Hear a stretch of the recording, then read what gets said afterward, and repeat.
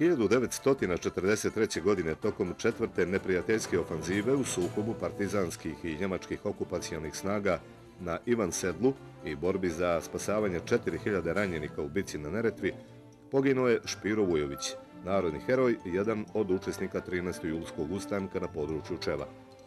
Rođen je 17. decembra 1918. godine u Ublima Čevskim. Aprilski rat 1941. zatekao ga je u uniformi vojske Kraljevine Jugoslavije, a u 38. crvenom puku na Skadarskom ratištu doživio je prvo vatreno krštenje.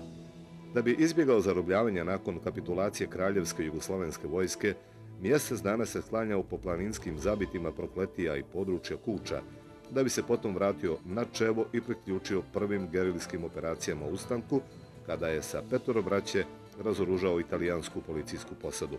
U novembru 1941. stupio je u redove Crnogorskog narodno-oslobodilačkog pokreta za operaciju u Sandžaku, a 1. decembra sa Lovćenskim odredom učestvovao u bici za Pljevlja.